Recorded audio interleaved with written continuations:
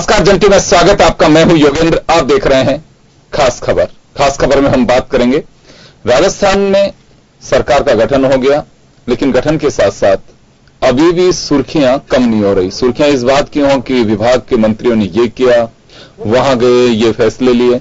वो सुर्खियां अलग होती हैं, वो सरकार की तस्वीर और उसके साथ चलने वाली योजनाओं को परिलक्षित करती हैं। लेकिन यहां तो अभी दिक्कत ये आ रही है कि जिनको मंत्री बना दिया उनके समझ नहीं आ रहा कि हम किस विभाग का काम मिलेगा, कहां क्या करना है। खैर चलिए, लेकिन उनके पास तो काम है, अपने क्षेत्रों में जाकर के स्वागत सत्कार करा रहे हैं। लेकिन एक विरोध के सुर जरूर तेज हो गए हैं।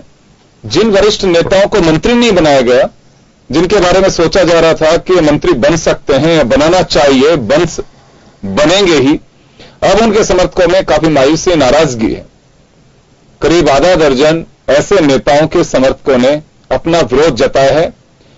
पार्टी आलाकमान राहुल गांधी के पास भी उन्होंने भेजा है और यह कहा गया है कुछ जगह तो कि उनके समर्थक पदाधिकारी रेजिग्नेशन भी भेज सकते हैं। खैर चलिए, हम आपको मजमून दिखाते हैं और मजमून के बाद हम लौटेंगे। हमारे साथ मनीष पारिक साहब भाजपा नेता हैं, श्याम सुंदर शर्मा साहब वरिष्ठ पत्रकार जुड़ रहे हैं, अरुण शर्मा जी कांग्रेस के नेता हमारे साथ हैं। सभी का स्वागत है। एक बार मजमून देखिए, फिर लौटते हैं पैनल पे। राजस्थान में कांग्रेस की नई सरकार का गठन तो हुआ, लेकिन पहली बार राजस्थान में ऐसा दिखाई पड़ रहा है कि इस सरकार में प्रदेश नेतृत्व को मुख्यमंत्री चयन से लेकर मंत्रियों के विभाग के बंटवारे तक दिल्ली की ओर झुकना पड़ रहा है। दिल्ली में बैठे आलाकमान की हरी झंडी के बाद ही सब कुछ तय हो रहा है। इस स्थिति को लेकर बीजेपी भी जमकर चुटकी ले रही है। विधायक कालीचरण सर्राफ ने कहा कि ये सरकार दिल्ली पर निर्भर है और जल्द ही धराशायी हो जाएगी। अभी तो इनके कभी तो मुख्यमंत्री की खींचतान और उसके बाद मंत्री कौन बनेगा उसकी खींचतान, और अब विभाग किसको क्या दिए जाए ये भी मुख्यमंत्री के बेचारे के हाथ में नहीं है। इससे ज्यादा सहानुभूति और क्या प्रकट कर सकते हैं। मुझे तो लगता है कि आपस में जिस प्रकार से इन्होंने तलवारें खींच रखी है, ये 1 साल में धराशायी हो जाएगी। इधर कांग्रेस ने भी बीजेपी पर जमकर निशाना साधा है। प्रदेश सरकार के कैबिनेट मंत्री डॉक्टर रघु शर्मा ने बीजेपी को नसीहत दे डाली है कि पहले वो अपना नेता प्रतिपक्ष तय करे, न कि कांग्रेस के बारे में सोची। वहीं कांग्रेस में मंत्रिमंडल तो बन गया, लेकिन कई वरिष्ठों को इसमें जगह नहीं मिली। इसकी वजह से उनके समर्थकों में नाराजगी पनपी है, जो कि लगातार सामने आ रही है। लेकिन डेप्यूटी सीएम सचिन पायलट ने ये भी साफ कर दिया कि आने वाले दिनों में मंत्रिमंडल का विस्तार किया जाएगा। हमारे पार्टी के अफेयर्स में बोलने के बजाय बीजेपी को चाहिए पहले नेता प्रतिपक्ष बनाए अपना। जो पार्टी 75 दिन में पार्टी का अध्यक्ष घोषित नहीं कर सकी हो, वो सवाल खड़ा कर रही है। तो बीजेपी अपने गिरेबान में झांक के देखे, पहले ये बताए प्रदेश की जनता को कि उनका नेता प्रतिपक्ष कौन है। बहुत अच्छा मंत्रिमंडल कांग्रेस सरकार ने बनाया है और मुझे लगता है कि भौगोलिक दृष्टि से लगभग हर संभाग को एक प्रतिनिधित्व मिला है और ये पहला विस्तार है। संभवतः कुछ समय के बाद एक और विस्तार भी हो सकता है और अनेक पदों पर बहुत से लोगों को काम करने का मौका दिया जाएगा। कांग्रेस में चुनाव को लेकर सरकार बनने तक 2 शक्ति केंद्र बन चुके हैं। इस बात से इनकार नहीं किया जा सकता और इस बार सरकार के हर फैसले के लिए प्रदेश के नेता दिल्ली का रुख कर रहे हैं। इससे बैठे बिठाए विपक्ष को एक मुद्दा मिल गया है। अब देखना ये होगा कि ये नई सरकार किस तरह से विवाद में ना पड़ते हुए अपने वादों को पूरा करती है। ब्यूरो रिपोर्ट, जन टीवी न्यूज। तो चलिए, कालीचरण सर्राफ साहब कह रहे हैं कि साल भर की सरकार है, धराशायी हो जाएगी। 2 शक्ति केंद्र हैं, सरकार का लंबा भविष्य नहीं है। मंत्रियों में हमेशा ऊहापोह की स्थिति रहेगी कि अशोक गहलोत जी से पूछें या सचिन पायलट जी से पूछें या राहुल गांधी जी से पूछें। दूसरी तरफ रघु शर्मा जो कैबिनेट मिनिस्टर हैं सरकार के, उनका साफ कहना है कि नेता प्रतिपक्ष कौन होगा उनको उस पर ध्यान देना चाहिए, बजाय सरकार में क्या चल रहा है उसके आप रिजल्ट देखिएगा, वो सब कुछ हम करेंगे। अरुण जी, आपके पास आना चाहूंगा। मुख्यमंत्री कौन होगा, मुख्यमंत्री तय भी हो गया, उसके बाद में कैबिनेट में कौन होगा ये भी तय हो गया, लेकिन अब विभाग का बंटवारा। प्रदेश के सियासी जानकारों का यह कहना है कि पहली मर्तबा ऐसा देखा जा रहा है कि दिल्ली दरबार से ही सब कुछ फाइनल हो रहा है। उनको यह भी डाउट है कि कल ऐसा ना हो कि ब्यूरोक्रेसी की लिस्ट भी दिल्ली से फाइनल हो। योगेंद्र जी, सबसे पहले तो मैं फिर ये दोहराना चाहूंगा कि इस बार जो सरकार का गठन हो रहा है, जो उसका प्रोसेस है, उसमें आपको थोड़ा क्षणिक ये जरूर लग रहा होगा कि गैप है हर चीज में, लेकिन आप हमारी पार्टी का सोच समझ के निर्णय लेने के अधिकार कैसे ले सकते हैं सर? इसमें क्या बुराई है कि अगर हम अपने निर्णयों को जांच परख के जनता को जो सबसे बढ़िया अल्टरनेटिव दे सकते हैं, जो कॉम्बिनेशन दे सकते हैं, अगर वो समझने में टाइम ले रहे हैं तो ये प्रदेश के लिए बहुत अच्छा संकेत है। दूसरी बात ये है कि ये सिर्फ कयासों की बात है कि सरकार अभी फॉर्म नहीं हुई है, गठन नहीं हुआ है। ये सरकार, योगेंद्र जी, मैं आपको बताना चाहूंगा आपके माध्यम से, डे 1 से एक्शन में है। मुख्यमंत्री ने जिस दिन से चार्ज लिया है उस दिन से वो एक्शन में है। ब्यूरोक्रेसी अलाइन कर दी गई है बिल्कुल एक्शनों के तहत कि किसको कौन सा काम करना है। आपने शायद पढ़ा भी होगा अखबारों में कि हमें आशंका तो थी, वो जो एक बड़ी महत्वाकांक्षी योजना थी गरीबों के लिए इस प्रदेश की निःशुल्क दवा योजना, हमें अंदेशा तो था कि इसकी हालत खराब कर दी गई है, लेकिन आपने देखा होगा 480 टीम एक सिंगल डे में उनने जगह जगह पूरे राजस्थान में जाके इसकी जांच की। स्थिति बहुत खतरनाक हद तक खराब है और उसका जायजा लिया गया है, उसमें करेक्शन किए जा रहे हैं। तो मैंने आपको एक उदाहरण दिया है। इसी तरीके से सड़कों की जो हालत है इस समय, उसका पूरा लेखा जोखा तैयार है, आगे ब्लूप्रिंट तैयार हो रहे हैं जाने के। तो आप ये ना सोचें कि ये जो टाइम लग रहा है ये व्यर्थ जा रहा है, और ये तो कंसल्टेशन वाली बात है। जितनी अच्छी सरकार बना पाएंगे वो ठीक रहेगा। और वैसे भी ये ऐसा मामला है सर, अपने हिंदुस्तान में इस तरफ जब किसी मोहल्ले में शादी होती है तो जो ही बहू घर में आती है तो सास की सहेलियां, रिश्तेदार, ये सब उम्मीद करते हैं कि अब इनमें से कुछ शायद झगड़ा होने वाला है, तो बार बार पूछते हैं भाभी जी बहू कैसी है। तो अगर वो ऐसा लग रहा है, अगर वो कहें बहू अच्छी है तो चैन नहीं मिलता उनको, मजे नहीं आते। जब तक वो कुछ सुन नहीं ले, आजकल के बच्चे हैं, तब मजा आता है। तो ये उस उम्मीद में है, इनकी मनोस्थिति मैं समझ सकता हूं। अभी मनीष जी, अरुण जी ने बड़े व्यापक तरीके से समझा है कि बीजेपी को लगातार इस बात की उम्मीदें हैं, लेकिन सब निराधार हैं कि कहीं कुछ झमेला होगा, उसकी चर्चाएं बनेंगी, उससे सुर्खियां बनेंगी। नहीं, बात ये नहीं है योगेंद्र जी। ये बात है कि जो मुख्यमंत्री का प्रोरोगेटिव राइट है वो संविधान प्रदत्त है। अब संविधान में माननीय अशोक गहलोत जी मुख्यमंत्री है, तीसरी बार है, उनको मंत्रिमंडल डिसाइड करना है, उन्होंने नहीं किया। ये दिल्ली में हुआ, उसके बाद में वो मुख्यमंत्री पहले तो हुआ नहीं, उप मुख्यमंत्री बनेंगे, ये हुआ, उसके बाद में मिनिस्टर वहां से बन गए, अब विभाग भी वहीं तय होंगे। तो अल्टीमेटली प्रोरोगेटिव राइट पर क्वेश्चन ऑफ इंट्रोगेशन है, वो एक संवैधानिक चूक है कांग्रेस पार्टी की, इसलिए हम कह रहे हैं। एक बात, दूसरी बात, वो वादा करके आए थे राज्यपाल महोदय से कि मेरे आदमी तो 99 ही है और एक ये बहुमत मेरा 101 नहीं हो रहा है, तो 100 लोग हैं फिर भी मैं स्थिर सरकार दूंगा। अब अगर if you got the 2 camps with in, एक तो पायलट कैंप है, उसमें 15 मिनिस्टर बनेंगे और 15 मिनिस्टर इसमें बनेंगे, गहलोत कैंप है, और कैंप हमेशा अस्थायी होता है। तो अगर कैंप है तो फिर स्थायी सरकार कैसे है, ये क्वेश्चन ऑफ इंट्रोगेशन है, बिल्कुल लीगल। मैं ये नहीं कह रहा हूं कि हम कोई पत्थर फेंकने के लिए पत्थर फेंक रहे हैं। बड़ी बात यह है, दोनों प्रश्नों का जवाब कांग्रेस पार्टी के पास नहीं है कि मुख्यमंत्री का prerogative right Rahul Gandhi entertain नहीं कर सकते हैं, एक बात। दूसरी बात यह कि स्थिर सरकार 2 कैंपों के बीच में कभी नहीं हो सकती। मुख्यमंत्री का भरोसा पूरे मंत्रिमंडल को होना चाहिए और पूरे अभी डाउट है आपको, अभी डाउट है, if you got the camps with in, फिर तो होगा ही होगा। तो अभी आपको लग रहा है कि कैंप्स में फंसी हुई है सरकार? बिल्कुल, और यही कारण है ये मंत्रिमंडल में विभाग नहीं तय हो रहे थे। लेकिन बीजेपी को यह क्यों लग रहा है कि 2 पावर सेंटर्स में फंसी हुई है? चलिए, ये तो अखबार में छप रहा है। हाँ, इस वजह से गहलोत कैंप हो गए, उसके कैंप साल भर का भरोसा जता रहे हैं आपके पूर्व मंत्री और अभी विधायक हैं कि साल भर की सरकार है, ये आपस में लड़ते हुए धराशायी होंगे। अल्पमत में है ये सरकार, इनके ये पक्की बात है। भाजपा को 73 विधायक मिले हैं, तो इनको भी 99 मिले हैं। अब एक वो आप उसको और मान लीजिए 100 मिले, 101 नहीं है ये।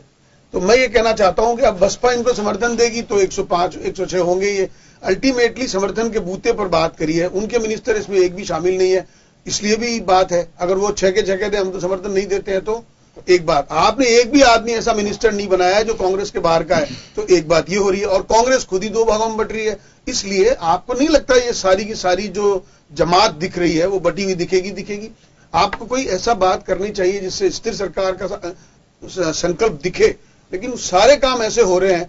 और एमपी में क्या हुआ है, 5 विधायक कम है और वहां होटल में चले गए हैं, नाराजगी हो रही है। यहाँ पे आपके 14 बड़े लोग शपथ ग्रहण में नहीं आए हैं, जिसमें सीपी जोशी, राजेंद्र पारिक और ये ऐसे बड़े वरिष्ठ है जो पहले मंत्री रहे हुए हैं, वो शपथ ग्रहण में नहीं आ रहे हैं। तो ये तो सारी कवायद दिख रही है कि ये अस्थिरता की ओर इंगित करती है। ये लगातार ये बात उठ रही है अरुण जी कि जब मंत्रिमंडल की ओथ सेरेमनी थी उस दिन काफी लोगों ने एक डिस्टेंस मेंटेन किया कि कुछ जाने का फायदा नहीं है। कई सीनियर लीडर्स थे, पूर्व प्रदेश अध्यक्ष भी जिनमें शामिल हैं, वो लोग नहीं गए। तो इससे एक मैसेज जाता है कि नाराजगी है। ऐसी कोई नाराजगी नहीं है, कोई कैंप नहीं है सर। एक तो मेरा सुझाव है कि बीजेपी के नेताओं को, मतलब शीर्ष 2 नेता हैं, उनने तो स्पष्ट कहा है वो कांग्रेस मुक्त भारत देखना चाहते हैं। वो संभव है नहीं इस देश में, पर मेरी सुझाव है इनको कि कम से कम आप इंडिविजुअली कांग्रेस मुक्त हो जाओ। आप देखो 4.5-5 साल में जितना टाइम इनने कांग्रेस को कोसने में या कांग्रेस की चिंता करने में, आप मनीष जी की चिंता तो देखिए कितने चिंतित नजर आ रहे हैं। आप लोगों के भले के लिए सोच रहे हैं। हाँ, हमें मालूम है किस तरीके का भला वो सोच रहे हैं। और लेकिन मैं ये कह रहा हूं ये सारे कयास गलत हैं। कोई कैंप नहीं है, पार्टी यूनाइटेड है और ये 99-100 के फेर में पड़ने की जरूरत नहीं है। और 7-10 दिन रुक जाइए, ये बहुत कंफर्टेबल मेजोरिटी की गवर्नमेंट है और ये 1 साल में धाराशाही हो जाएगी।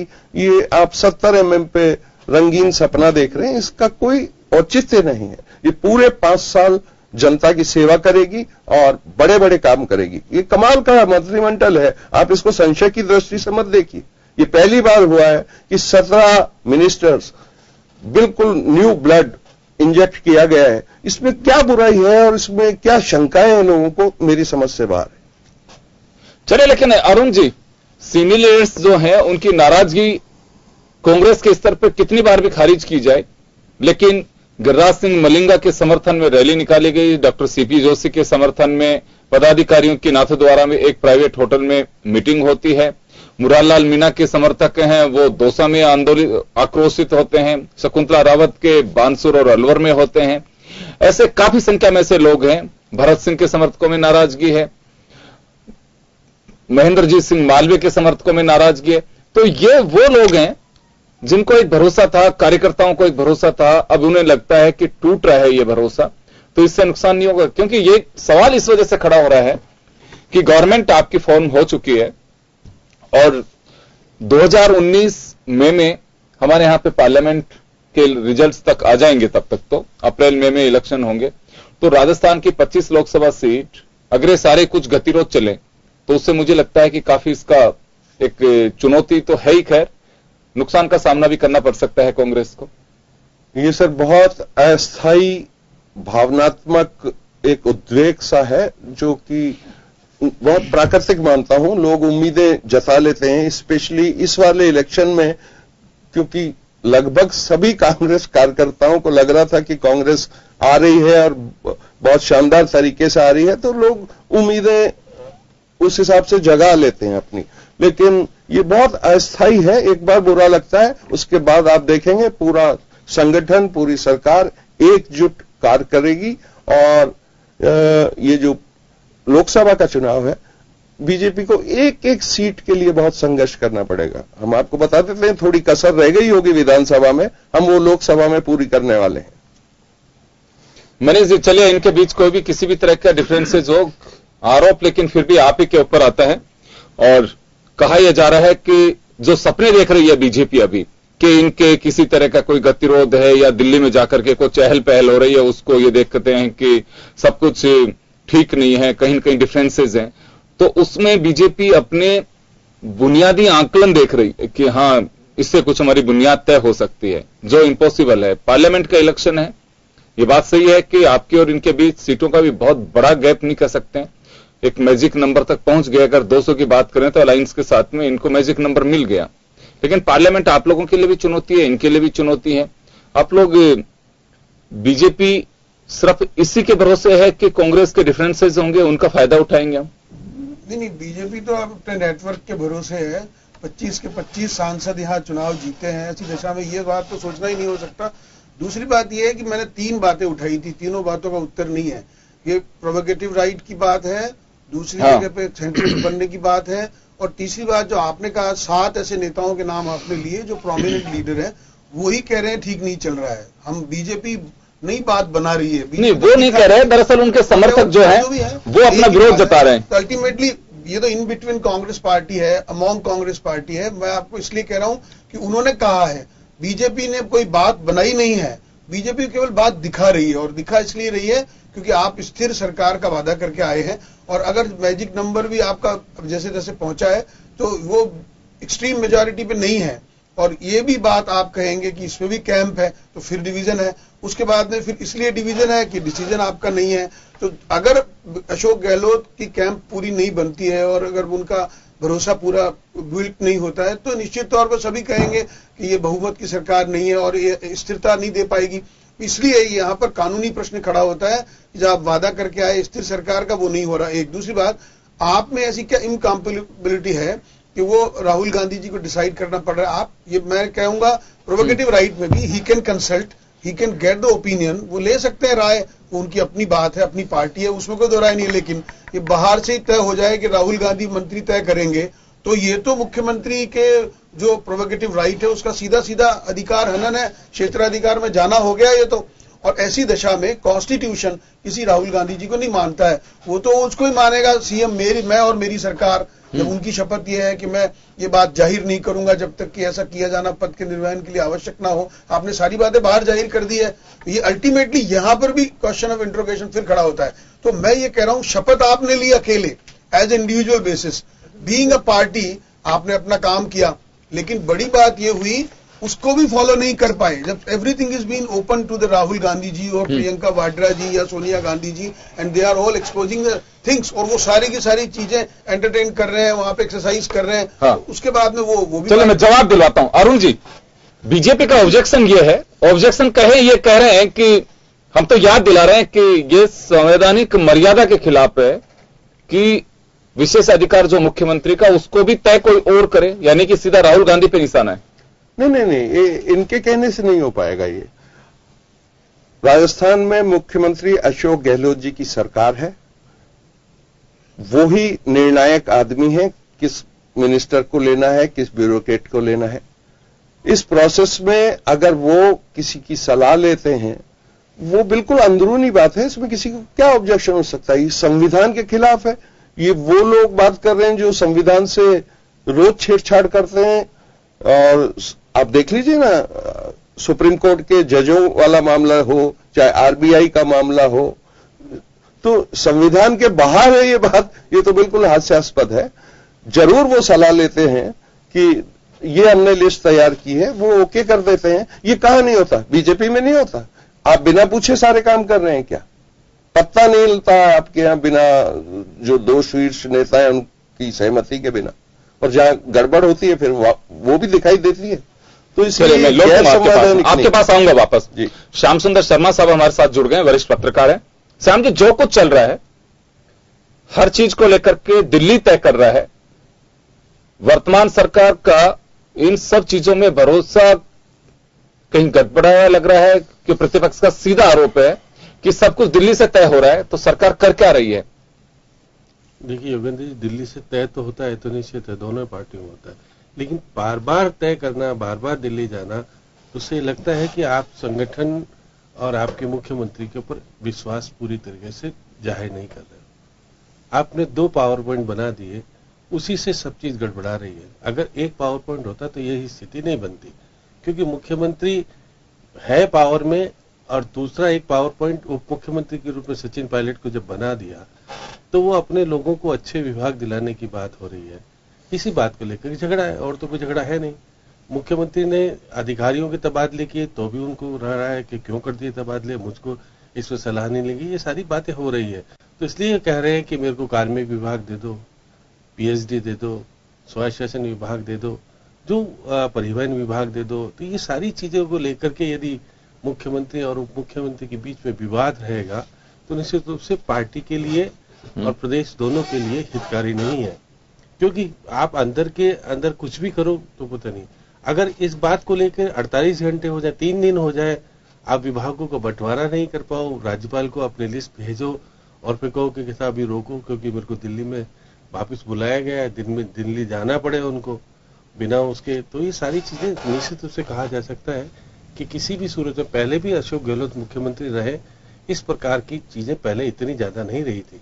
पहले होता था, एक बार जाते थे, तय होकर के आ जाते थे, फिर वापस विभाग का बंटवारा तो मुख्यमंत्री अपने मर्जी पर किया करता। तो अभी आपको लग रहा है कि विशेष अधिकार जो मुख्यमंत्री का है, चलिए मंत्रिमंडल के कब तय होना, गठन होना, ये तो पार्टियों के आला कमान तय करने लग गए कि भाई आपको 2019 का चुनाव का भी ध्यान रखना है, आपको कास्ट फैक्टर को देखना है, हर जिले को, संभाग को भी संतुष्ट करना है। चलिए ये अपना एक रणनीतिक हिस्सा होगा, लेकिन विभाग तय करना ये मुख्यमंत्री का जो विशेष अधिकार है।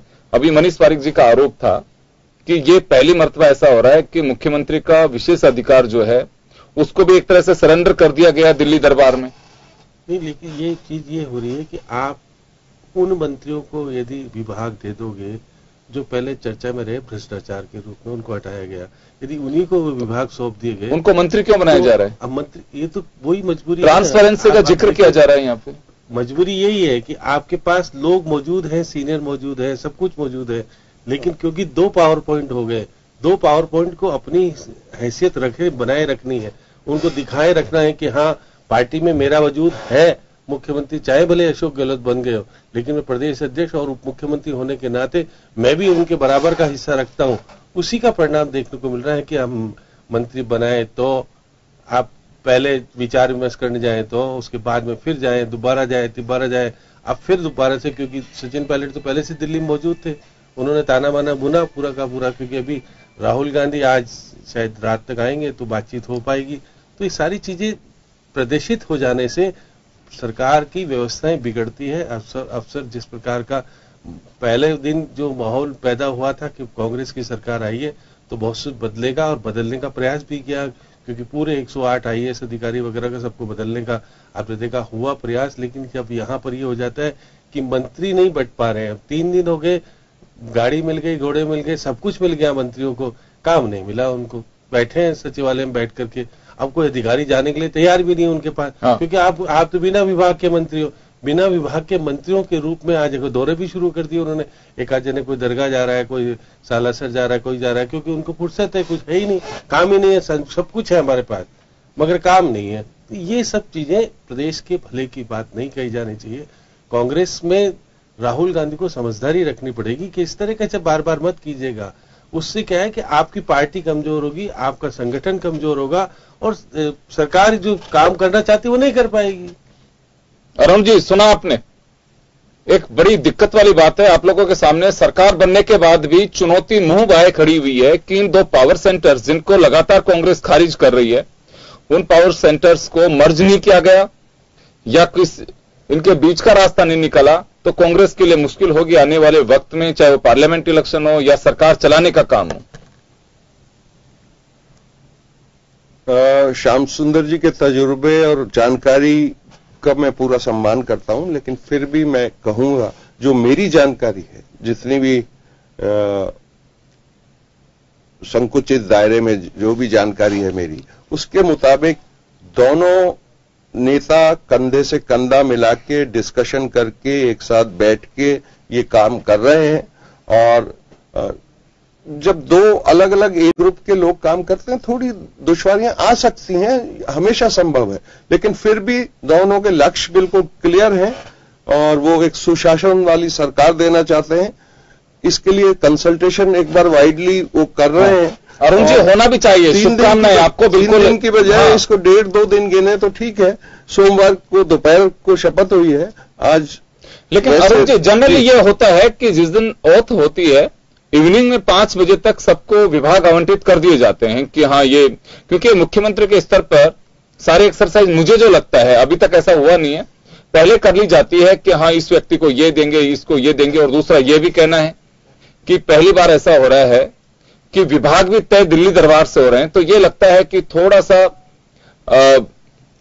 एक प्रेशर पॉलिटिक्स हो रही है। और मुख्यमंत्री को फिर फ्रीडम कब रहेगी? कल से फ्रीडम रहेगी, जब एक बार मंत्रालय बढ़ जाएंगे, आप देखेंगे बस तो बढ़ जाएंगे क्या? हाँ, मेरे को तो आज आपके उप मुख्यमंत्री ने एक बयान दे दिया कि एक विस्तार और होगा। हाँ, वो मुख्यमंत्री नहीं कह रहे हैं, जबकि उप मुख्यमंत्री कह रहे हैं, तो ये सारी चीज विवाद क्यों हो रहा है सामने? आप कर लो ना, एक बार करना था तो कर लो, फिर दोबारा से विस्तार की बात इसलिए हो रहा है कि आपने ताना बाना, आपसी सहमति नहीं बनी सही तरीके से, उसी का परिणाम है कि आप कह रहे हो विस्तार होगा। मतलब क्या है, अगर प्रदेश को अच्छा शासन देने की बात हुई थी, अच्छे दिन। शाम जी, एक बात और कहना चाहूंगा, कांग्रेस बेशक कितना ही मीडिया की बातों को खारिज करे, लेकिन आपके लिए बता दूं, आपको करीब आधा दर्जन स्थान पर जो मंत्री पद की दौड़ में थे जो नेता, उनके समर्थकों ने काफी विरोध किया है। यह भी कहा है कि यह डिसीजन बिल्कुल गलत है। कांग्रेस के कार्यकर्ताओं के हाथ मायूसी लग रही है, और अगर यह सब कुछ रहा तो 25 सीट लोकसभा की हैं, वो मिलना बहुत मुश्किल होगा। तो कार्यकर्ताओं के जब इस तरह के बयान हो, हम रेजिग्नेशन भेज देंगे राहुल गांधी को, राहुल गांधी जी का ये डिसीजन गलत है, कुछ ऐसी चीजें चल रही हैं, तो इनका नुकसान उठाना पड़ सकता है कांग्रेस को। देखिए, धौलपुर में विवाद हो रहा है, कामा में विवाद हो रहा है, आपके नाथद्वारा में हो रहा है, नाथद्वारा। अगर 6-7 जिलों में जहां कह रहे हैं कि हमारे लोगों को कामयाब थे और नहीं लिया, तो ये सारी चीज प्रदर्शित होना एक पार्टी की। श्याम जी, आपके पास मैं लौटूंगा, मैं इसी सवाल का जवाब आपसे लूंगा, लेकिन एक छोटे से ब्रेक के लिए रुकेंगे। ब्रेक के बाद वापस आ रहा हूं आपके पास।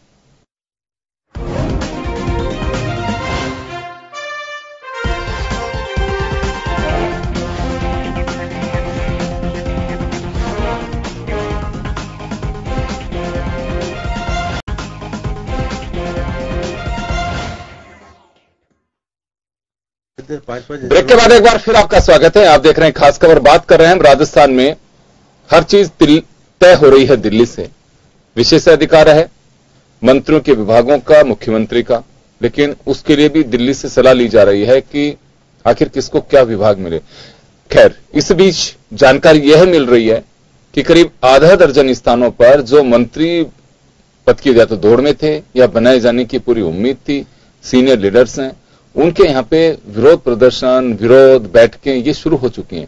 श्याम जी, मैं आपसे जानना चाहूंगा कि इससे कांग्रेस 2019 25 सीट का सपना, एक बड़ी चैलेंज अभी यही हो रहा है, सब कुछ है कि दिल्ली सब कुछ तय कर रहा है, तो ये कैसे कार्यकर्ताओं में अगर यही आक्रोश रहा तो इसका खामियाजा कांग्रेस को उठाना पड़ सकता है? निश्चित रूप से उठाना पड़ेगा योगेंद्र जी, क्योंकि आप देखिएगा कि हेमाराम चौधरी प्रतिपक्ष के नेता रहे, मंत्री रहे, सब कुछ रहे, क्योंकि आपको अब क्योंकि हरीश चौधरी नए नेता के रूप में उभर के आ गए, इसलिए कैबिनेट उनको बना दिया, तो वहां पावर पॉइंट 2 जगह भिड़ रहे हैं आपस में, क्योंकि वो भी जाट नेता है, वो भी जाट नेता है, वहां उनके लिए प्रदर्शन हो रहा है। कामा में पहले कहा गया कि बनाएंगे, महिला एक ही महिला ली कैबिनेट में, नहीं, वो भी राज्य मंत्री में, एक कैबिनेट और एक राज्य मंत्री बनाते तो कम से कम महिलाओं का समायोजन होता। आप तो 33% की बात कर रहे थे, यहाँ तो परसेंटेज कहीं आया ही नहीं, एक ही महिला को लेकर के रह गए, तो यहाँ पे दुविधा की स्थिति बनी। कामा में हो रहा है प्रदर्शन, टायर जल रहे हैं, सब कुछ हो रहा है, धौलपुर में भी प्रदर्शन हो रहा है, रैली निकाली गई। अब बाकी और जगह भी कई जगह प्रदर्शन अगर हो रहे हैं तो ये पार्टी में किस प्रकार का माहौल देना चाहते हैं? आप तो कह रहे थे कि हमारे यहाँ संतुष्टि है, हमने सारे जातिगत और सब क्षेत्रवाद सबके लिए, आपके जब 18 जिले गायब ही मंत्री नहीं है कोई आपका वहां पर, और कुछ जगह पर 2-2, 3-3 तरीके के आ गए, तो ये सारी चीजों का विभेद तो हो गया। और विभेद इसलिए हुआ कि 2 पावर पॉइंट है आपके यहाँ, क्योंकि आपने कहा कि मेरा व्यक्ति यहाँ जीता, आपका व्यक्ति जीता। अब वहां पर जिलेवार नहीं हुआ, वहां पर व्यक्तिवाद वहां पर ज्यादा हावी हो गया कांग्रेस में। उसका परिणाम निश्चित रूप से इस संगठन में भी। श्याम जी, ये एक बात मैं जानना चाहूंगा, कायदे से तो देखिए ये मिनिस्ट्री का एक्सटेंशन था, क्योंकि आपके पास में कैबिनेट मंत्री के रूप में एक सचिन पायलट थे, लेकिन फिर भी लोग कहते हैं कि मंत्रिमंडल का गठन हुआ है। मेरे नजरिए में ये विस्तार था कायदे से अगर कहें तो, क्योंकि एक भी कैबिनेट मंत्री आपका है तो ये विस्तार है।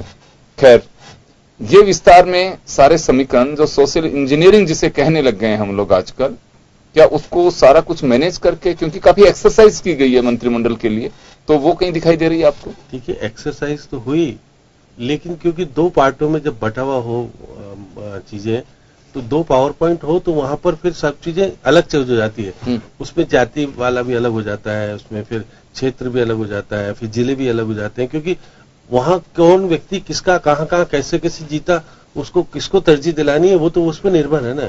आप पार्टी और संगठन की बात खत्म हो गई है, अभी होगी सचिन पायलट के का पावर पॉइंट बना रहे और वो विधानसभा में भी दिखे, सरकार में भी दिखे, और जब प्रदेश में जावे तो भी दिखे कि देखिएगा मैंने कहा जो हो गया। तो ये सारी चीजें जब अभी तो कुछ नहीं दिख रहा है, आप देखिए हाउस में जब चलेगा तो वहां पर भी कई चीजें सामने आएगी कि मुख्यमंत्री जी हाउस के लीडर के रूप में बोल रहे हैं, कभी सचिन पायलट लीडर के रूप में बोले। ये बड़ी विचित्र स्थिति पैदा नहीं हो, इसलिए निश्चित रूप से राहुल गांधी को इस पे तो मंथन करके दोनों नेताओं को फिर से बैठा करके कहना चाहिए कि जब हो गया जो कुछ होना था। चले, एक सवाल हो रहा है मेरा, श्याम जी, एक छोटा सा सवाल हो रहा है। अगर मंत्रिमंडल के तय होने के बाद विभाग भी तय हो जाते हैं, क्या ये आखिरी वो मान सकते हैं कि जैसे कहा जाता है कि समस्याओं का अंतिम पड़ाव ये, या इसके बाद भी कुछ ऐसी चीजें रहेंगी दोनों के ईगो को लेकर के या फिर कोई और बात को लेकर के कि वापस दिल्ली की तरफ ताकना पड़े, ये माना जा सकता है कि आखिरी है ये कुछ मार्गदर्शन राहुल गांधी जी का? देखिएगा, अगर मुख्यमंत्री जी के अनुरूप विभाग का बटन अगर बंटवारा नहीं हुआ तो ये विवाद बढ़ेगा घटेगा नहीं, क्योंकि आने वाले समय में कैबिनेट होगी, बहुत सारे निर्णय होंगे। तो निर्णय में जब आपके वहां पर ये हो जाएगा कि पावर पॉइंट 2 है तो बहुत सारे प्रस्ताव इनकी तरफ से आएंगे, उधर से आएंगे, और क्योंकि विभाग आपके पास है तो विभाग में से बहुत सारी चीजें तो कुल मिलाकर के आपका कहना है कि प्रॉब्लम तो शुरू हुई है अभी। अरुण जी, आप तो हालांकि कह रहे हैं कि कुछ घंटों का इंतजार करिए कि सारी चीजें सामने आ जाएंगी और बहुत अच्छा एक ट्रांसपेरेंट सिस्टम सामने आएगा, लेकिन श्याम सुंदर शर्मा साहब, उनका अपना एक एक्सपीरियंस है, उन्होंने साफ कहा है कि ये आखिरी नहीं है विवाद कि चले राहुल गांधी का मार्गदर्शन मिलकर के लेकर के इसको निपटा दिया जाएगा कि कौन मिनिस्टर को क्या विभाग मिलेगा। ये तो अभी स्टार्ट हुआ है, जो हर बात का फैसला दिल्ली से ही होगा। नहीं, मेरे ख्याल में हम वस्तु स्थिति को थोड़ा ज्यादा पढ़ रहे हैं, जितना है उससे एग्जरेटेड व्यू हम इसका ले रहे हैं, क्योंकि टाइम लग रहा है। उसकी मुख्य वजह यही है। मैं फिर कह रहा हूं, आप आज रात का इंतजार कीजिए, कल अपने अपने मंत्रालय में मंत्री लोग होंगे और उसके बाद किसी को फुर्सत नहीं होगी ये छोटी मोटी बातें करने की। एक्शन शुरू हो जाएंगे। हमें बहुत बड़ी लड़ाई अभी आगे लड़नी है और पूरी पार्टी एकजुट होकर ये लड़ाई लड़ने वाली है, इसमें मुझे कोई शंका नहीं है।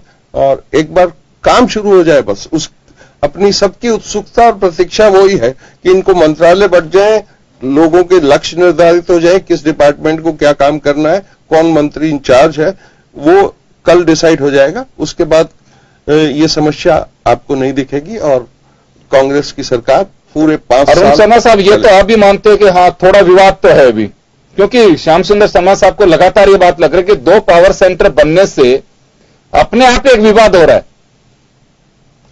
देखिए, ऐसा पहली बार नहीं है कि उप मुख्यमंत्री का आविष्कार इस बार नहीं हुआ है, लेकिन राहुल गांधी के माध्यम से कांग्रेस सरकार में पहले कभी उप मुख्यमंत्री बनाया गया, उसमें दो राय नहीं है, लेकिन इस बार कह के बनाया गया कि उप मुख्यमंत्री आपके राइवल हैं, आपको इनको तरजीह देनी पड़ेगी, क्योंकि आपको मतलब मंत्री पद छोड़ रहे हैं ये। डिप्टी सीएम का मतलब डिप्टी सीएम है, वो वाले डिप्टी सीएम नहीं है। अब ये करता धरता वाले काम के करने वाले, पार्टी में हैसियत रखने वाले डिप्टी सीएम, और साथ में मुख्यमंत्री जी के साथ शपथ ली है, मंत्रियों के साथ शपथ नहीं ली है, इसलिए उनका पावर पॉइंट अलग हो। देखा ना आप, राज्यपाल के मंच पर दोनों बैठे हुए थे, पहले नहीं बैठते थे। उप मुख्यमंत्री बनने के बाद कभी बैठे मंच में? मैंने तो नहीं देखा, पहली बार उप मुख्यमंत्री मंच पर बैठ के नजर आए। तो ये सब चीजें दिखाती है कि आपने 2 पावर पॉइंट खड़े कर दिए यहाँ। हाँ जी, ये अरुण, लेकिन कहाँ खारिज करोगे इन सब चीजों को? खारिज करें कैसे? इनकी पार्टी में हुआ है, ये नहीं चलन हुआ है, मैं आपको बता रहा हूं, स्वीकार करना पड़ेगा इनको। ये कैसे कह सकते हैं हम स्वीकार नहीं करेंगे? ये चलन पहली बार हुआ है, राहुल गांधी ने पैदा किया है, पार्टी के राष्ट्रीय अध्यक्ष ने पैदा किया है, तो उसमें मजबूरी है सारी की सारी। चले अरुण जी जी हाँ, हम तो अब भी मान रहे हैं 2 काबिल नेताओं का ये मिलन है और इसका बेनिफिट मिलेगा। कुल मिला के आप ये बात कहना चाह रहे हैं कि जयपुर के बिरला ऑडिटोरियम में राहुल गांधी जो बात कह के गए थे कि अनुभव का लाभ और नई ऊर्जा दोनों का एक सामंजस्य बैठा करके हम प्रदेश को एक नई सरकार देंगे। और जब भी ऐसे सामंजस्य बैठाते हैं योगेंद्र जी, थोड़े कष्ट और प्रसव वेदनाएं होती हैं, ये वो वाले कष्ट हैं। एक बार लेकिन रिजल्ट अच्छे आएंगे, ये भरोसा है आपको? जरूर। मनीष पारिक साहब, ये तो एक एक्सपीरियंस और एनर्जी दोनों का गठजोड़ है और इसका बेनिफिट मिलेगा प्रदेश को। रिजल्ट्स का इंतजार करिए, ये साफ कह रही है कांग्रेस। नहीं, ये जो जनहित के दावे किए जा रहे हैं बिल्कुल ऐसी बात है। रसोई में झगड़ा हो रहा है कि बाहर कौन जिमाएगा। मैं ये समझ रहा हूँ जो बाहर जो थाली का वेट कर रहे हैं उनके हित के लिए लड़ाई हो रही है, रसोई में ये कतई नहीं है, कोई को भ्रम नहीं है। ये सब स्वहित और परहित की बात है। जो ये कहते हैं लोक हित के लिए काम हो रहे, जनहित के लिए काम हो रहे, वो नहीं, अपने हितों के लिए लड़ रहे हैं। वो पहले तो मेरे पास ज्यादा आ जाए, फिर दूसरी बात मेरे आदमी को ज्यादा मिल जाए, फिर हम सब मिलके ज्यादा हो जाए। अगर ये चलता है तो रसोई में आप बाहर जो इंतजार कर रहे हैं भोजन की थाली लिए, उनको कोई उम्मीद नहीं कर सकते आप कि अंदर रसोई में बहुत घमासान मचा हुआ है कि तय हो रहा है कि प्याज डलेंगे या लहसन डलेंगे, कौन आएंगे कौन जाएंगे, और वो भी दिल्ली से हो रहा है। और उसके बाद ये उम्मीद लगाए बाहर वाले थाली लेके कि अब हमारे को बहुत अच्छा मिलने वाला है। क्या बताइए? मुझे नहीं लगता। या पड़ोसी की बहू का जवाब दे रहे हैं अरुण जी को। और वो रसोई के झगड़े हैं ये इनके, और इसलिए हो रहे हैं कि घी मेरी तरफ ज्यादा आना चाहिए, वो कहता है मेरी तरफ बूरा ज्यादा आना चाहिए। उस बाजरे की तो कोई चिंता ही नहीं कर रहा है। मनीष जी, ये ताका झांकी की आदत छोड़ देनी क्या चाहिए। बात, वापस वो बाथरूम से देखने की बात आ रही है। जी हाँ, हमने कभी नहीं कहा, ताका झांकी की बात स्थिति बना नहीं रहे हैं। स्थिति तो आपने बनाई है, हम तो दिखा रहे हैं कि ये सब नहीं होना चाहिए। अगर आप माननीय मुख्यमंत्री जी का वसुंधरा जी के नेतृत्व की बात मानते हैं, उन्होंने खुद ने मंत्रिमंडल तय किया, राय मशवरा कहां भी किया पता ही नहीं चला, और कब कंसल्ट किया केंद्रीय नेतृत्व को वो पता नहीं चला। या अखबार में छप रहा है फिर दिल्ली की ओर, या टीवी शो हो रहे हैं फिर दिल्ली की ओर, ये क्या है? और अब आप मुख्यमंत्री का प्रोवोकेटिव राइट, ये श्याम सुंदर जी इस पर प्रकाश डाल सकते हैं, वो एक संवैधानिक प्रदत्त अधिकार है, उसमें राहुल गांधी बाधा नहीं है। वो राहुल गांधी जी को एग्जिस्ट ही नहीं करते संविधान में। आपके दल के मुखिया है, वो अपनी बात कहेंगे, दल में कहेंगे, मुख्यमंत्री के बीच में उनकी कोई पार्टनरशिप नहीं है। और इसीलिए मैं आपको बार बार कह रहा हूं, इसको आप पार्टी का मैटर मत बताओ। आप अपने अध्यक्ष किसी को बनाओ, हमने मना नहीं किया। आप प्रियंका वाड्रा जी को महासचिव बनाओ और उपाध्यक्ष सोनिया जी को बनाओ, कोई मना नहीं है, क्योंकि संविधान में किसी को बना सकते हो। लेकिन ये जो मुख्यमंत्री बन गए हैं, वो तो मैं और मेरी सरकार, उन्होंने फिर ये शपथ ली है कि मैं जाहिर नहीं करूंगा, मैं बताऊंगा नहीं, मैं गुप्त रखूंगा, मैं अखंडता शुचिता ये सब करूंगा, और यहाँ खंड खंड हो रखा है। श्याम जी, आपके पास आना चाहूंगा मैं एक बार। ऐसा कभी लगता है आपको कि पहले भी ये सिलसिला रहा हो, क्योंकि बीजेपी अभी पूरी तरह से वर्तमान सरकार पे तंज और चुटकी ये सब कुछ ले रही है, क्योंकि अवसर मिल रहा है तो क्यों नहीं लेंगे। पर कभी ऐसा एक्सपीरियंस है आपका कि मंत्रिमंडल के एक्सटेंशन, मंत्रिमंडल के गठन, इस पे तो पार्टी आलाकमान से पहले भी इजाजतें लेते गए हैं कि हम इन लोगों को शामिल कर सकते, तो ऊपर से निर्देश आ जाते हैं। बात विभागों की है, यहाँ पे विभागों को लेकर के दिल्ली का ध्यान रखा जाए, दिल्ली से तय किया जाए, ऐसा कोई नजारा ध्यान है आपको पहले किसी भी पार्टी का हो? देखिएगा कि नाम तय होते हैं और सारी चीजें तय होती थी। ये तो एक बार में तय हो जाता था, अब ये 3 बार में तय नहीं हो पा रहा। पहले मुख्यमंत्री का चर्चा तय हुई कि मुख्यमंत्री कौन बनेगा, उस पर विवाद हुआ, फिर उसके बाद मंत्रिमंडल में कौन आएगा तो विवाद। अब विभागों के बारे में अगर 3-3, 4-4 बार आ जाकर के दिल्ली में यही तय करोगे, आप एक बार में तय करके आ जाते हैं ना। आपको मुख्यमंत्री जब बन रहे थे उस वक्त तय करते थे ये तो मंत्री बनेंगे, ये विभाग होंगे, और सारी चीज एक बार में तय हो सकती थी, कोई दिक्कत नहीं। क्योंकि निश्चित रूप से अब यहाँ पर कहेंगे कि राजनीतिक परिपक्वता की कमी यहाँ दिखती है। अगर सोनिया गांधी होती तो ये सब चीज नहीं होती। राहुल गांधी को सिपह सालार इतने मजबूत नहीं मिले, क्योंकि हमारे मुख्यमंत्री तो खुद ही बड़े सिपह सालार तो उन्हीं के थे। आज स्थिति है क्योंकि कांग्रेस का स्थापना दिवस 28 तारीख को भी बनाया जाना है, वो भी विवाद है, वो भी उसके अंदर, क्योंकि राष्ट्रीय महासचिव इसलिए भी गए हो। बहुत सारी चीजें हैं कि आप पार्टी में क्या कुछ करना चाहते हैं। आप मंत्रियों को काम नहीं दे पाए 3 दिन तक, सरकारी कामकाज का तो पैसा तो बिगड़ा है ना। आप अपनी पार्टी की बात करो, अपनी हितों की बात करो, सरकारी पैसे का दुरुपयोग हुआ यहाँ पर। 3 दिन तक मंत्री को काम नहीं दिया, आप पैसा भी दे रहे हो, वेतन भी दे रहे हो, स्टाफ भी दे रहे हो, सब कुछ दे रहे हो, पूरा सचिवालय बिना काम के बैठा है, क्योंकि मंत्री है नहीं, विभाग का मुखिया नहीं है, तो पूरा विभाग बंद पड़ा हुआ है। तो ये सब चीजें किसी भी प्रदेश के लिए हितकारी नहीं कही जा सकती है। और मुख्यमंत्री तो फंस गए बीच में, क्योंकि चारों तरफ से चक्की चल रही है कि इधर से आटा मैं निकालूंगा, उधर से गेहूं में डालूंगा। तो ये सारी चीजें जब व्यवस्थित नहीं हो पाती है तो पहली बार ये ऐसा स्थिति में देखने को मिल रही है कि पहले मुख्यमंत्री का नाम तय हो, फिर उसके बाद मंत्रिमंडल तय हो, फिर विभाग भी तय वहीं से हो। तो आखिर ये सब चीजें किसके लिए करना चाहते हो? हमारा सरकारी पैसे का सदुपयोग होना चाहिए। एक दिन में सब कुछ तय हो जाता है, शाम को मंत्री अपना विभाग संभाल लेते। अब मंत्री को पता ही नहीं मैं कौन सा विभाग संभालूंगा, कोई अधिकारी उनके पास जा नहीं रहा है, कार्यकर्ता जिंदाबाद के नारे लगा रहे, बाकी तो कुछ हो ही नहीं रहा। अरुण जी, एक बड़ी बात कही है श्याम जी ने अभी कि पैसे का नुकसान भी हो रहा है, क्योंकि पर डे सरकार में खर्चा जिस तरह का होता है वो एक बड़ा अमाउंट होता है, कम नहीं होता है, क्योंकि वेतन भत्ते, गाड़ी घोड़े, ये सारी चीजें तय भी हो गई हैं। और अब जब तक मंत्री नहीं बनेगा, मंत्री को विभाग नहीं मिलेगा, तब तक ये भी पता नहीं है कि किस विभाग की क्या योजना होगी, क्या करना है उसको।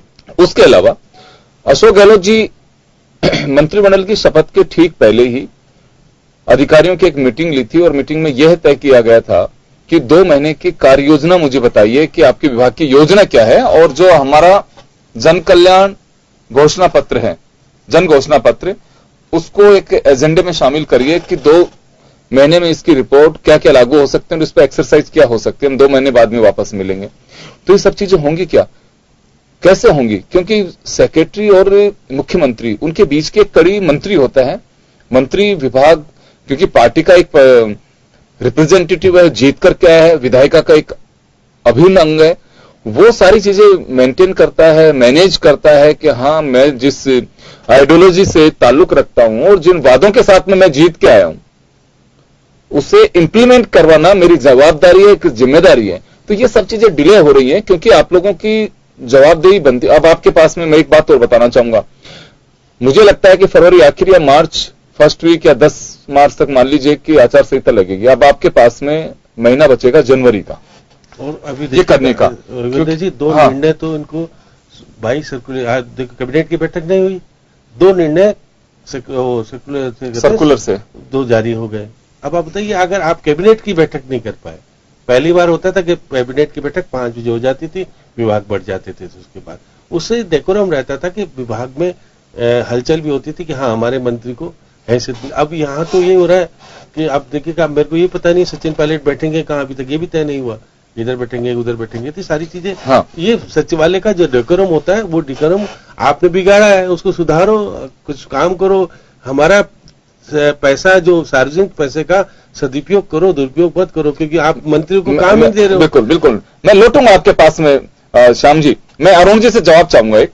अरुण जी देखिए, बीजेपी यही बात कहा करती थी कि ये सब मीडिया की बनाई हुई है और ऐसा कुछ नहीं है, सब कुछ हमारे कंट्रोल में है, सब बहुत बेहतर तरीके से चल रहे हैं। लेकिन मीडिया एक आहट जो सुनाई देती है उसको अपने फ्रंट में लेकर के आती है, बताने की कोशिश करती है कि देखिए सब कुछ ठीक नहीं चल रहा है, जो कुछ है उसका खामियाजा उठाना पड़ सकता है। एक अलार्मिंग स्टेज या आपको कहें कि उस चीज से बचने के लिए, उस चैलेंज का मुकाबला करने के लिए हम आपको आगाह करते हैं, लेकिन जब सत्ता में बैठते हैं तो भाषा सिर्फ यही होती है कि डोंट वरी, सब ठीक है, एवरीथिंग इज मैनेजेबल और हम कर भी लेंगे। जी बिल्कुल ठीक है। और मैं मानता हूं कि मीडिया को, और कुछ जागरूक मीडिया को, मैं जनरल बात नहीं करना चाहता, उनको पदचाप पहले सुनाई देती है, अगर कोई आशंका होती है तो उनको पहले पता लगती है, हम उसकी कद्र करते हैं बाकायदा। लेकिन मैं फिर दोबारा कहना चाहता हूं कि हम ये एक दिन के विभाग बंटने की देरी को थोड़ा बढ़ा चढ़ा के प्रस्तुत कर रहे हैं इस पूरे कार्यक्रम में। आपने खुद ही बताया कि काम सरकार के एक्शन शुरू हो चुके हैं, ब्यूरोक्रेसी अपने अपने डिपार्टमेंट, उनके डिपार्टमेंट तो तय हैं, अब वो अपने डिपार्टमेंट के एक्शन प्लान बना रहे हैं। वो मंत्री बनेंगे, उनको पसंद आएंगे नहीं आएंगे, नहीं भी है। अब आने वाले समय देखा, क्योंकि फिर कहेंगे सचिन जी को हमारे तो सचिव बन के नहीं लगाए, हटाओ उसको, ये भी बात फिर भी हो सकता है।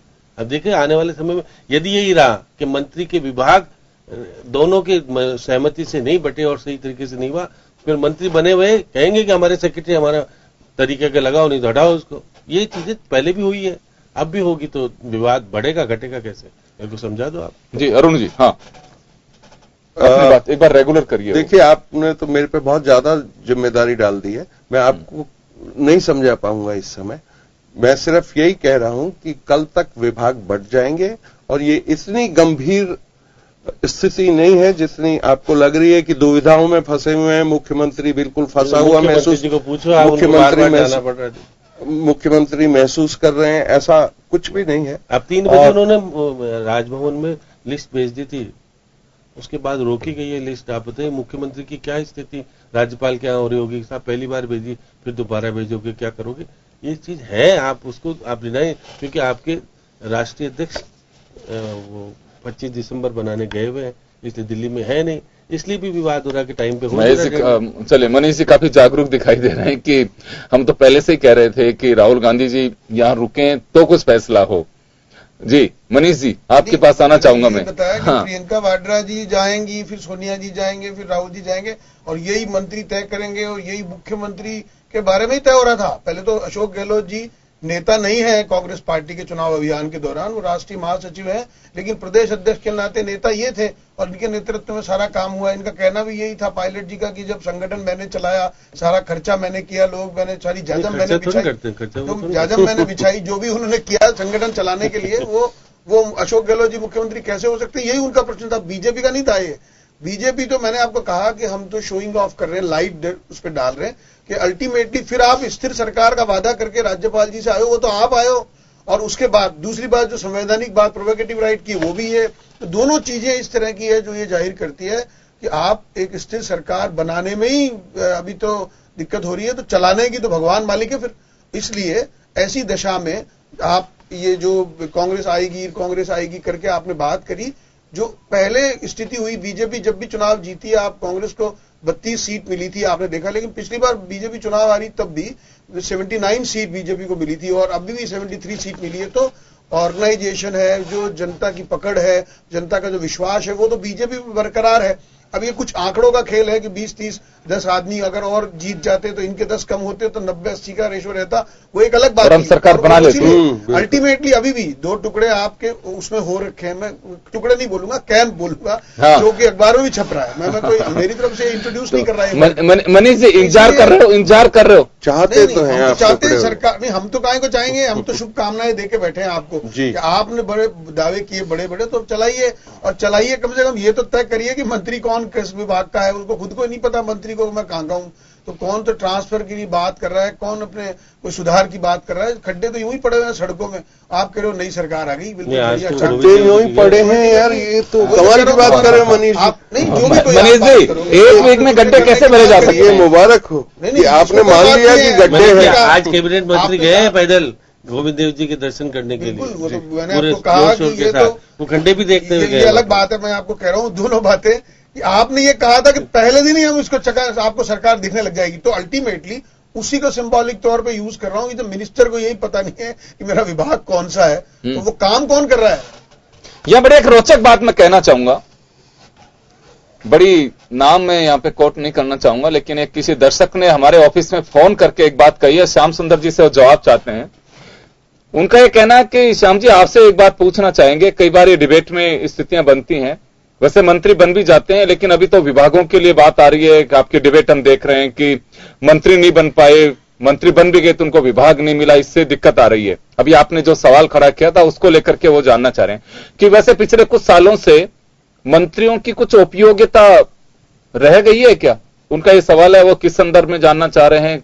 मुझे जो सुनाई लग रहा है वो शायद इस नाते कह रहे हैं कि सत्ता का केंद्रीकरण हो गया, तो ऐसे मंत्रियों की कोई उपयोगिता है क्या, वो जानना चाह रहे हैं। योगेंद्र जी ये बात सही है कि पहले से मुख्यमंत्री अपने आप को बहुत पावरफुल बना लेता है, मंत्री तो बनाता है, उसको पावर जो देने चाहिए, उसको विभाग में आजादी से स्वतंत्रता से काम करने का जो अधिकार दिया जाना चाहिए, जो कांग्रेस में मिलता है। ये फर्क है, बीजेपी और कांग्रेस में अंतर है।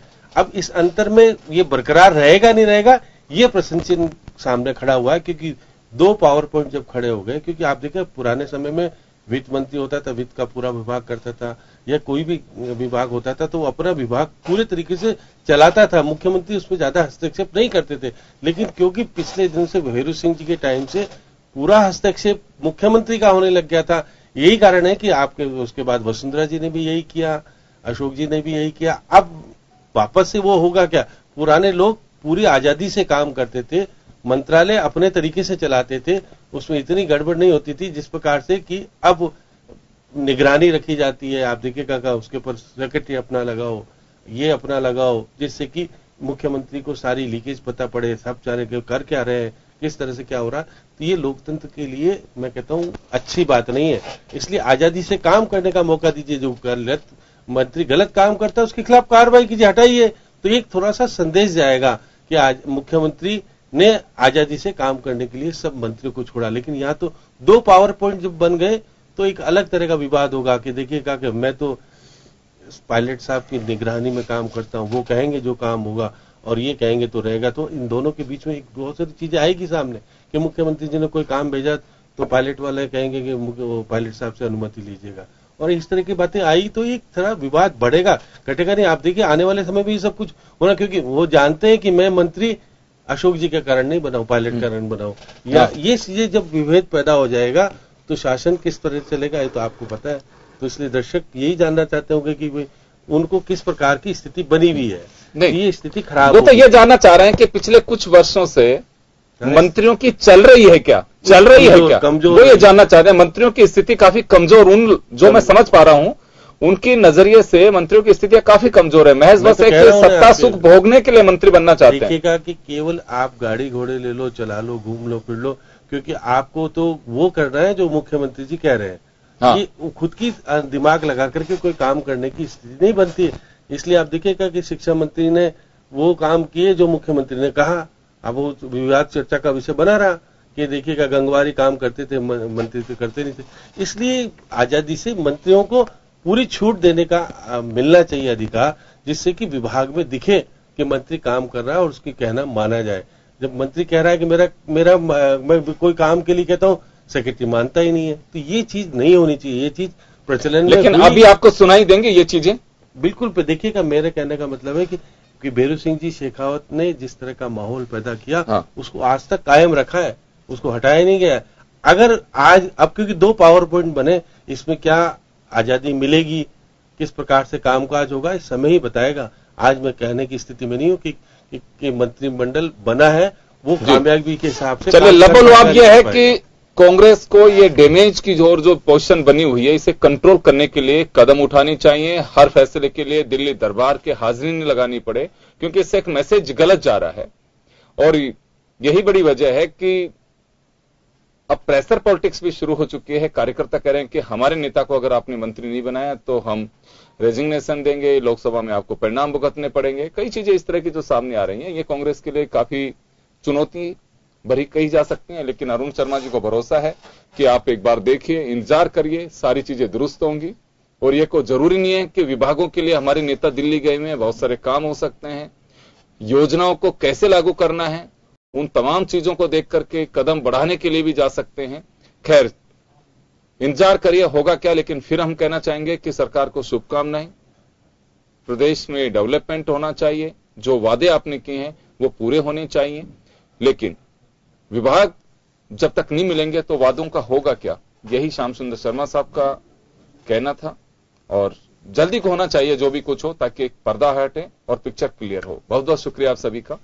खास खबर में बस इतना ही। दीजिए इजाजत, नमस्कार।